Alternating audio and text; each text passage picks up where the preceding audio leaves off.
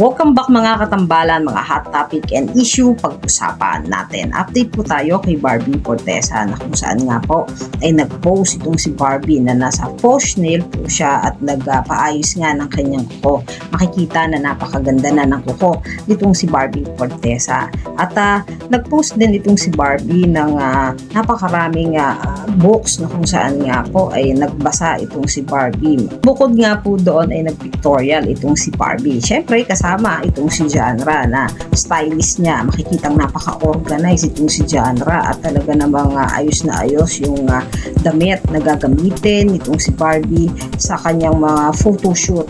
At kapansin-pansin din na talagang mabusisi ng ginawa nilang mga post na kailangan itong si Barbie. Ang shoot pong ito ay para nga po doon sa Beauty Empire na pagbibidahan nga po ni Barbie Fortesa at kasama po niya doon si Kaylin Alcantara. Kapansin-pansin naman na talagang napaka ganda nitong si Barbie doon sa kanyang suot na malakurian.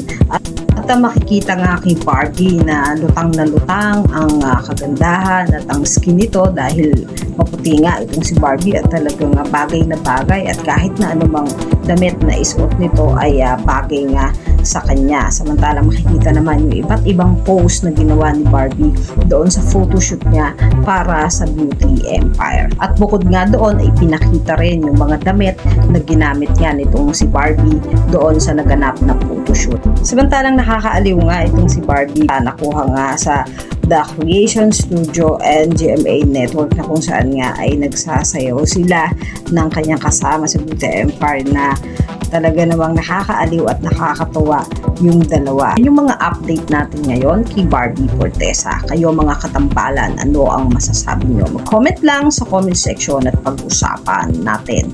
Yan ang mga hot topic and issue dito lamang sa Tambalang JK.